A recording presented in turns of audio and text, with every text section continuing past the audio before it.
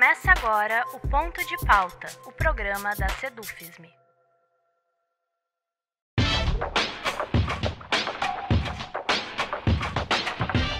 A tragédia socioambiental vivida aqui no Rio Grande do Sul nos últimos meses causou comoção no país e no mundo. Esse desastre, contudo, ele vai muito além de um evento, um fato ou um acontecimento. Tragédias como essa são frutos do acúmulo de uma série de fatores e entender esses fatores terá impacto direto na maneira como lidaremos com essas questões daqui para frente. E é sobre isso que vamos falar no ponto de pauta de hoje. Como convidado, Cláudio Langoni, engenheiro químico e consultor em gestão ambiental e sustentabilidade. O Cláudio Langoni também já foi secretário executivo do Ministério do Meio Ambiente e Mudança do Clima, secretário municipal do Meio Ambiente de Porto Alegre e também foi o primeiro secretário do Meio Ambiente do estado do Rio Grande do Sul. Entre outros cargos que ele também ocupou, também relacionados a essa questão, a essa temática das questões ambientais. Eu sou Rafael Balbueno e o nosso ponto de pauta de hoje é o passado, o presente e o futuro da tragédia socioambiental. Cláudio, em primeiro lugar, eu gostaria de agradecer pela tua atenção e disponibilidade em conversar conosco. Eu que agradeço pela oportunidade de poder estar falando com os colegas da Universidade Federal de Santa Maria, que foi a universidade na qual eu fiz a minha graduação em Engenharia Química. Bom, como eu disse na abertura, embora essa tragédia de 2024 tenha sido o ponto mais crítico, ela precisa ser pensada, inclusive, dentro de um contexto histórico, certo? E os alertas dados por especialistas há muito tempo, eles dão conta do quanto e de como nós caminhamos para eventos como esse. Então, para iniciar, eu lhe pergunto, como nós chegamos? O que nos trouxe até a tragédia de 2024? Bem, eu acho que nós temos um fenômeno global, que é o fenômeno da mudança do clima, que nos últimos 25 anos tem conhecimento sobre essa questão tem evoluído muito e, inclusive, o grau de conscientização da sociedade global em torno dessa questão, né? Eu, particularmente, quando estive no governo, participei e fui chefe de delegação de 2 conferências das partes da mudança do clima, num período em que a convenção estava entrando em vigor. E hoje, a Conferência das Partes da Mudança do Clima, ela cresceu, esse acordo cresceu muito em termos globais, né? E nós aí teremos a oportunidade de, no ano que vem, sediar a COP30 aqui no Brasil, sendo que a COP, que tradicionalmente em todos os acordos da ONU é uma conferência de ministros de meio ambiente, ela se transformou numa grande cúpula global de chefes de Estado, dada a relevância da questão climática e a necessidade da sua interação com um modelo de desenvolvimento global, né? Inclusive considerando os prejuízos econômicos decorrentes de não enfrentarmos a questão do aquecimento global, como a gente está vendo aí no caso do Rio Grande do Sul.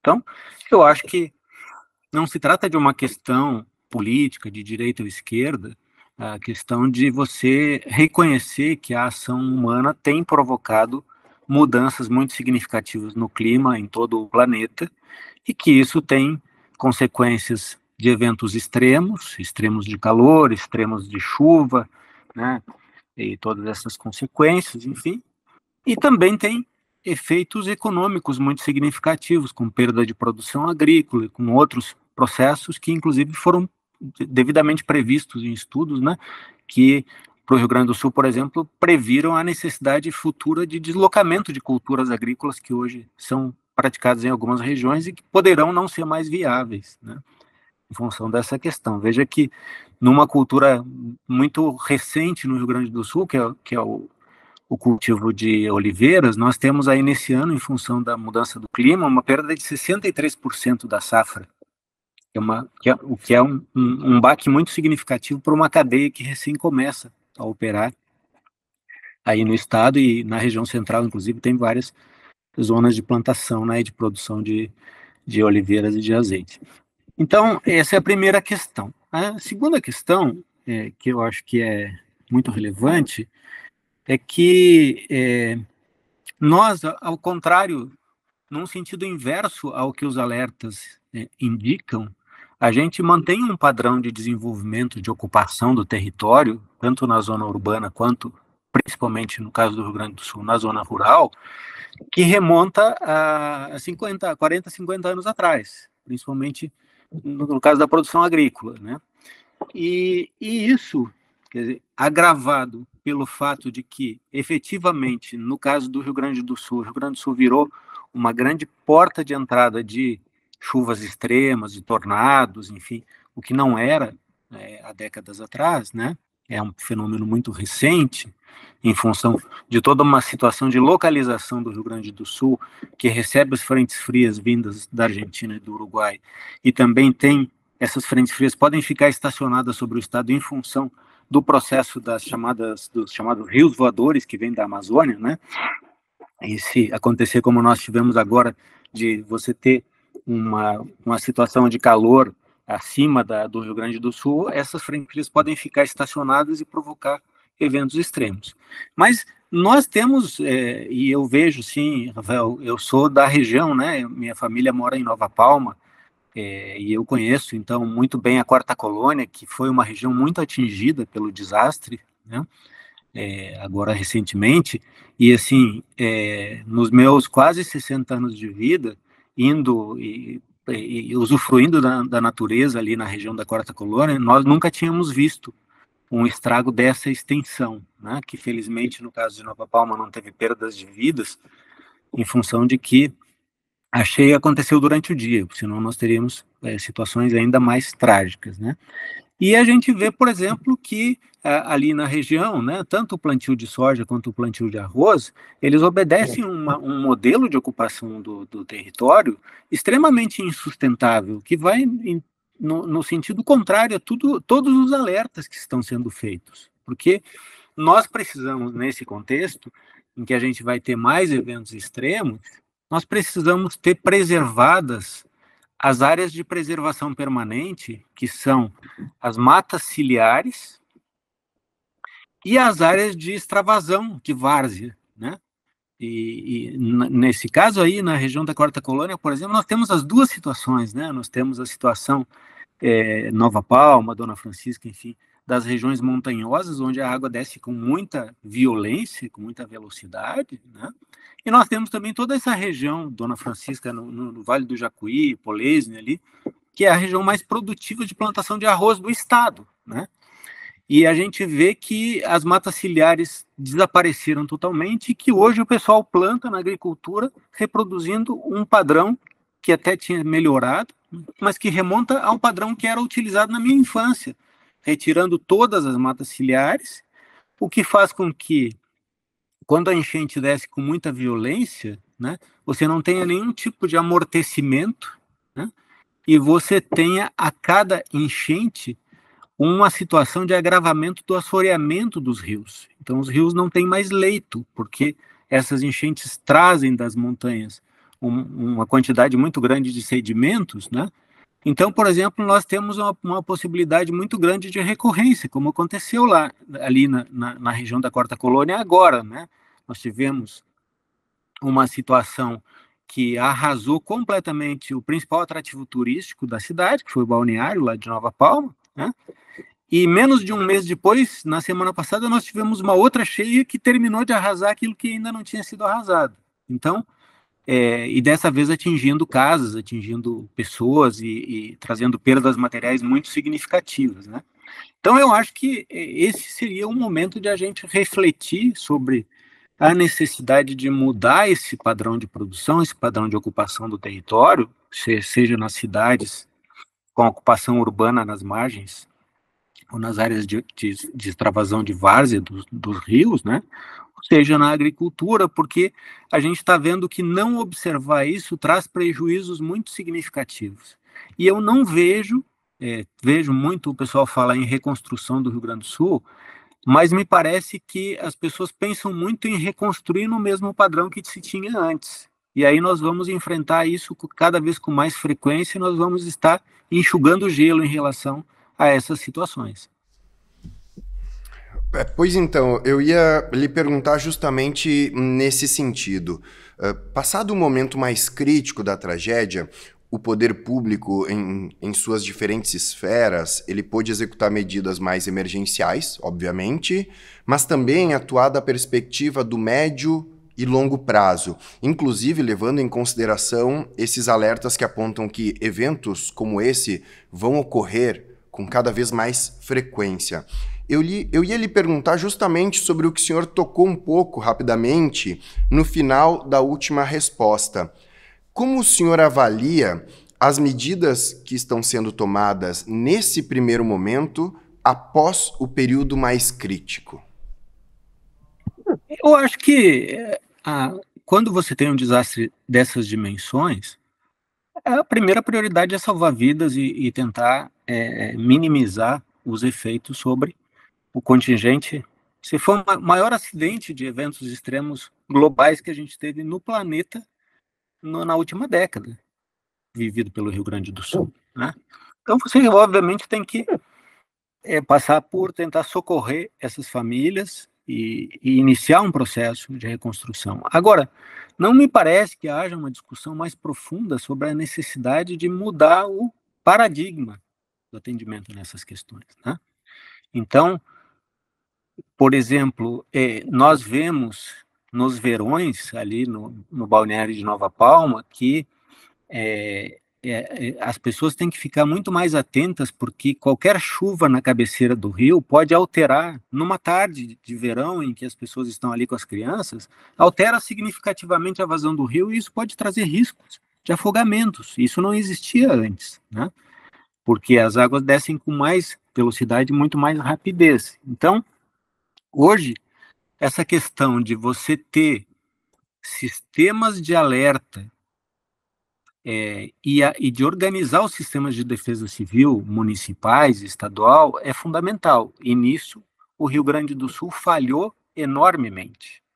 Porque, veja, aquilo que chove ali na região da Quarta Colônia e na bacia do Alto e do Baixo Jacuí, assim como tudo o que chove em 1/3 do estado, na região da Serra Gaúcha, na região do Vale do Taquari, vai desembocar no Guaíba, 2 ou 3 dias depois. Então, quando nós tivemos a ocorrência, o início do processo das enchentes, justamente aí na região da Quarta Colônia, onde nós tivemos a visita de uma comitiva presidencial, com a presença do presidente Lula, já era visível que aquela água que estava ali, os estragos que estavam sendo vistos ali, chegariam à região metropolitana de Porto Alegre.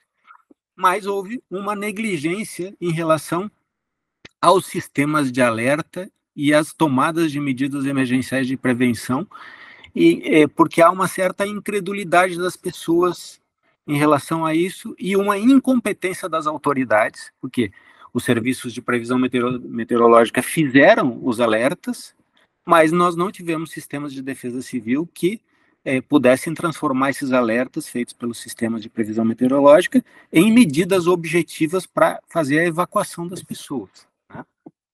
Como eu falei, no caso de Nova Palma, por exemplo, se o que aconteceu num pequeno riacho, nem foi no rio maior, que é o Soturno, um pequeno riacho de 3 metros de largura, que é o Arroio Portela, onde tem residências na margem, se isso tivesse acontecido durante a noite, nós teríamos tido perdas de vidas humanas. Essa é uma primeira questão que eu acho que é fundamental e, portanto, nós não podemos reproduzir no processo de reconstrução, tanto na agricultura quanto na ocupação dessas áreas urbanas, o mesmo padrão, porque nós sabemos que isso vai se repetir e com intensidades cada vez maiores. É preciso que seja revisto esse processo, né?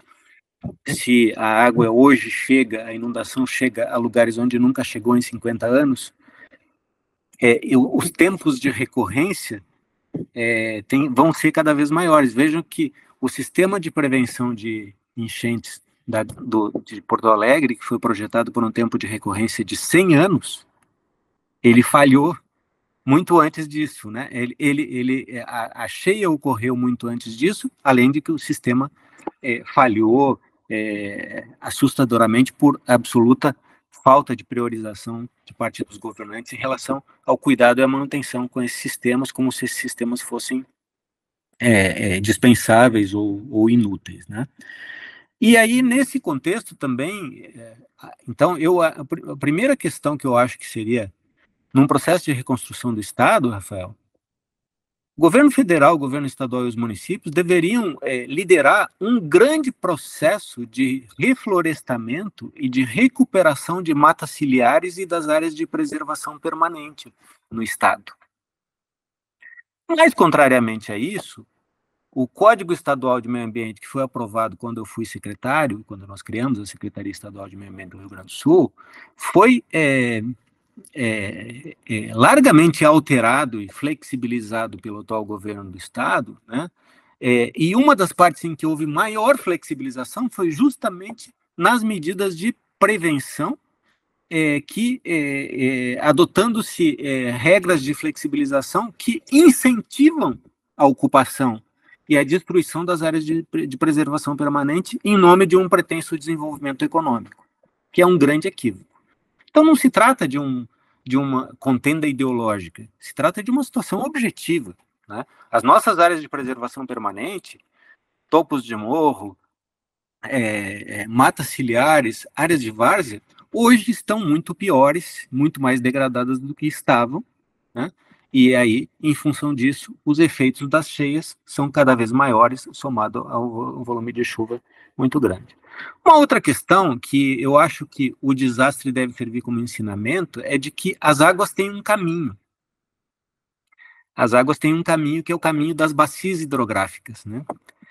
Então, eu acho que esse foi um aprendizado muito duro, assim, de um pouco essa lógica, né? A gente tem que saber que o que chove em Nova Palma vai chegar a Porto Alegre, o que chove em Lajeado vai chegar em Porto Alegre, o que chove na região da Serra Gaúcha vai chegar em Porto Alegre e vai desembocar lá na saída da Lagoa dos Patos. Isso é a lógica das bacias hidrográficas, né? E o Rio Grande do Sul é um estado que foi um grande pioneiro na gestão dos recursos hídricos, com a sua lei estadual de gestão dos recursos hídricos, que nasceu antes da lei, inspirou a lei nacional, a lei 9433, né? E com a constituição dos chamados comitês de bacia, que são instâncias da sociedade que reúnem a sociedade civil, os usuários e o governo, no sentido de buscar construir pactos em relação à gestão dos recursos hídricos. E esse processo estava bastante avançado há 25 anos atrás, quando eu fui secretário, e a gente levou essa área de gestão de recursos hídricos para a Secretaria Estadual de Meio Ambiente, ou antes era na Secretaria de Obras, mas ele deu para trás nos últimos 25 anos.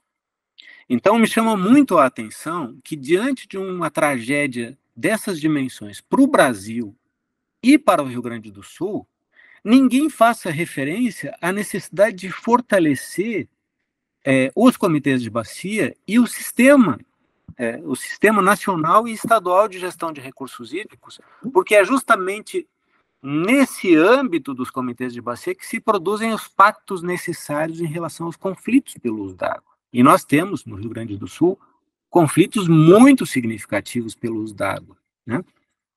Principalmente com a agricultura, um pouco com a indústria também, principalmente com a agricultura. Então, isso não se estende só, essa minha crítica não se estende só ao governo do estado do Rio Grande do Sul, que eu acho que houve um retrocesso muito grande. Se estende também ao atual governo federal, o governo Lula, que fez um processo de recomposição de todas as instâncias de participação social que haviam sido desmontadas ou esvaziadas pelo governo anterior, pelo Bolsonaro, né? Mas a única instância de participação social que ainda não reuniu na atual gestão do governo Lula foi o Conselho Nacional de Recursos Hídricos. Ficou cerca de um ano com uma indefinição sobre quem coordenaria, qual o ministério que coordenaria isso, embora o Congresso tenha votado no meio do ano passado na medida provisória de organização do governo, que isso ficaria, o Congresso retirou do Ministério do Meio Ambiente e passou para o Ministério do Desenvolvimento e Integração Regional, né? Em março, agora no Dia Mundial da Água, por força da pressão externa, o governo anunciou uma recomposição do Conselho Nacional, em padrões que deixaram nós que acompanhamos essa questão extremamente decepcionados, e a previsão é de que a primeira reunião do Conselho Nacional de Recursos Hídricos na gestão Lula seja feita em outubro desse ano. Ora, uma situação com a gravidade que nós tivemos requereria uma reunião imediata e a mobilização extraordinária do Conselho Nacional de Recursos Hídricos, porque o Conselho Nacional de Recursos Hídricos não é um conselho que cuida das águas e dos rios federais. Ele é um conselho que integra o sistema, os rios federais e os rios de domínio estadual. Então, nós temos discutido questões com altíssimo impacto, como, por exemplo, essa ideia esdrúxula de abrir uma abertura, né, logo no início da Lagoa dos Patos para a água sair para o oceano, que tem impactos ambientais significativos, enfim. E nós não temos reconhecido as instâncias que a própria lei brasileira determina para fazer esse debate, que é o sistema de gestão de recursos hídricos, que é uma referência no país. Então, eu acho que isso é bastante lastimável, né? Tanto no plano estadual quanto no plano nacional. Inclusive, nós temos um movimento que envolve aí mais de 700 personalidades que historicamente atuam nessa questão da gestão das águas, tentando sensibilizar o governo no sentido de que ele reverta essa situação e retome a importância que o sistema de recursos hídricos tem para essa questão. E por que parou o sistema de gestão de recursos hídricos? Porque depois da constituição dos comitês e dos processos de outorga pelo uso da água, sendo a água um bem público, ele deve ser outorgado pelo Estado, tanto para saneamento, quanto para agricultura, quanto para a indústria, sendo sempre a prioridade o abastecimento humano, né? Nós tínhamos a previsão da constituição das agências de bacia e da cobrança pelo uso da água, com recursos que retornariam para as bacias, para investimentos na manutenção e na preservação das bacias de origem. E foi justamente, no caso do Rio Grande do Sul, quando iniciou a discussão sobre a cobrança pelo uso da água, que setores bastante poderosos do ponto de vista econômico obstaculizaram o andamento do processo e fizeram com que o sistema andasse para trás ao invés de evoluir. Então, hoje, o Rio Grande do Sul, que há 25 anos atrás era o principal, junto com o Ceará, o principal estado de referência na gestão de recursos hídricos, hoje é um dos estados mais atrasados no que diz respeito a isso. Certo. Para encerrar, muitos dos alertas sobre questões ambientais e mudanças climáticas, por exemplo, eles parecem esbarrar, talvez, em uma dificuldade de sensibilizar a sociedade para um problema que, em regra, vai ser sentido apenas por gerações futuras. Agora, nós acabamos de viver a maior tragédia ambiental da história do nosso estado. E aí eu lhe pergunto, o senhor vê nessa experiência prática que infelizmente nós tivemos, o senhor vê nisso a possibilidade de uma nova consciência e uma mudança na lógica das políticas ambientais? E aproveito para encaixar uma outra pergunta.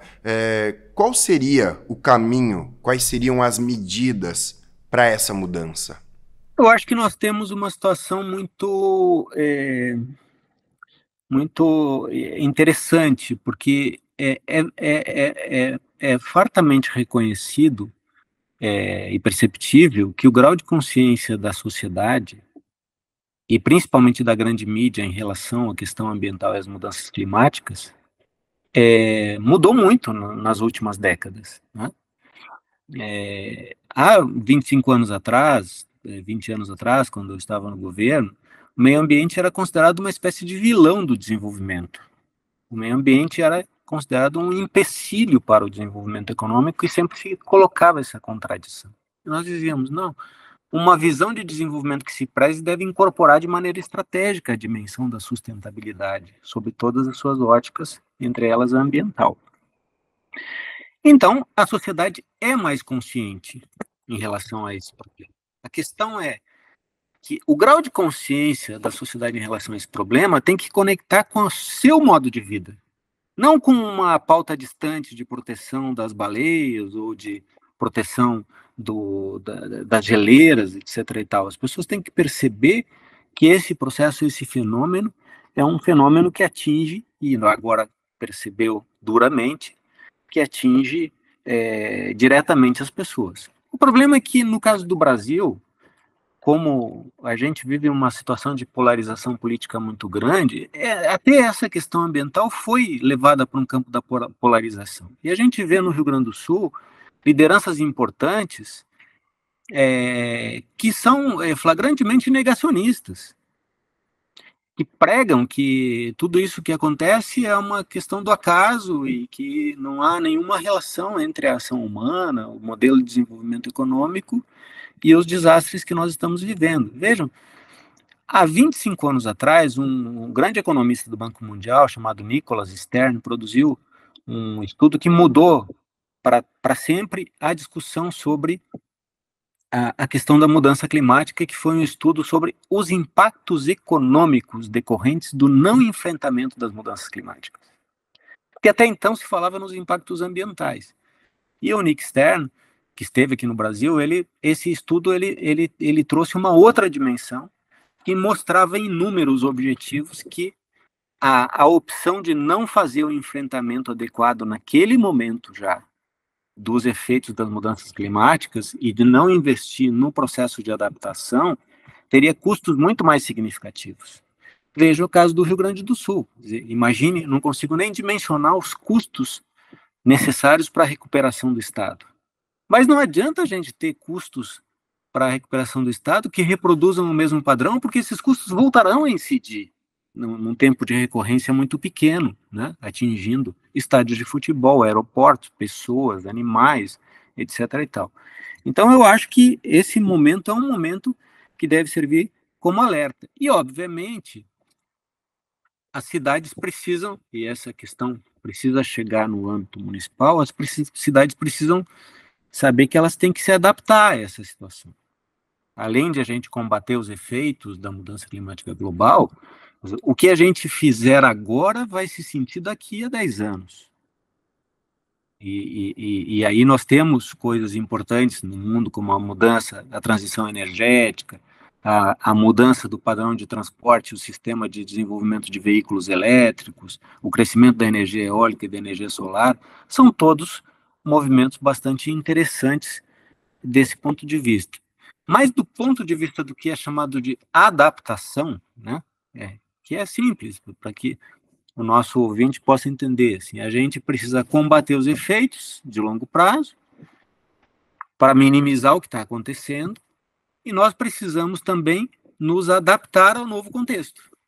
Então, por exemplo, nós precisamos ter em todos os municípios que têm rios que passam perto de áreas urbanas e que têm situações de áreas propensas à ocorrência de deslizamentos, sistemas de alerta que cheguem imediatamente às pessoas, né, de maneira que as pessoas, o poder público e as pessoas possam se mobilizar e se deslocar no caso de situação de ocorrência de eventos extremos para preservar vidas, né? Além disso, nós precisamos também ter uma situação de, digamos assim, rever a dinâmica de ocupação das cidades, porque visivelmente os efeitos dos eventos extremos, principalmente de inundações e deslizamentos, eles atingem mais as comunidades com menor perfil de renda, as comunidades mais pobres, porque você tem um sistema de ocupação do território que acaba levando essas pessoas a ocuparem áreas desse tipo, que são mais propensas a esse tipo de acidente, né? Então é preciso rever o planejamento urbano para redirecionar essas políticas de educação, de habitação popular, no sentido de evitar que essas populações ocupem essas áreas de várzea, né? Quando a gente vê, eu revia outro dia o Atlas Ambiental de Porto Alegre, que nós desenvolvemos na época em que eu fui secretário da SMAN, estive na equipe da SMAN, né? E a gente vê assim que no caso da região metropolitana de Porto Alegre, as áreas de inundação foram justamente as áreas que eram rio e foram aterradas, ou que eram utilizadas como áreas de várzea, né? Então, isso significa que nós avançamos sobre áreas que, se nós não tivéssemos avançado, elas serviriam como um processo de amortecimento das cheias. Agora, por outro lado também, no caso de Porto Alegre, que teve um aprendizado muito traumático com a enchente de 41, e que, em função disso, desenvolveu na década de 70 um sistema de prevenção de cheias com a construção de diques, do Muro da Mauá e de casas de bombas. Eu considero que é absolutamente inadmissível que, com a previsão do que ia acontecer, o sistema tenha falhado de maneira tão escandalosa como falhou, porque não é razoável que nós tenhamos um sistema em que, na hora que você precisa fechar as comportas não fecham, porque não tiveram manutenção, os diques rompam, né? E 23 das 26 casas de bombas não funcionem porque foram alagadas, quando as casas de bombas foram justamente projetadas para evitar o alagamento, né? Porque no caso de Porto Alegre você tem um sistema que, quando chove, a água desce pela drenagem pluvial e vai em direção ao Guaíba, mas quando o Guaíba fica mais alto, essa água pode voltar pelo sistema de drenagem pluvial para dentro da cidade, como a gente viu que aconteceu em toda a região central e na zona norte também. Então as casas de bomba são fundamentais nisso. E aí não é razoável que uma casa de bomba, por exemplo, não tenha o gerador e você tenha que desligar a casa de bomba no momento que você mais precisa dela, né? Ou que o quadro de comando elétrico da casa de bomba esteja numa altura em que ele vai ser facilmente inundado, e em função de ele ter sido inundado, ele deixa de funcionar e cause um transtorno e um estrago, como causou no caso da capital dos gaúchos da região metropolitana. Então eu acho que isso também é um grande aprendizado. Nas cidades que já passaram por isso e que tiveram grandes investimentos para evitar os problemas decorrentes dessa situação, né? É muito mais barato você ter um sistema permanente de manutenção desses equipamentos do que você ter que depois, digamos assim, ressarcir ou correr atrás de reconstruir os prejuízos causados por uma cheia como essa, né? Certo. Cláudio, eu gostaria de agradecer imensamente pela sua disponibilidade em conversar conosco. Ok, eu que agradeço e fico à disposição. Certo, muito obrigado. Assim encerramos aqui o nosso ponto de pauta de hoje, que contou com a participação de Cláudio Langoni, engenheiro químico e consultor em gestão ambiental e sustentabilidade.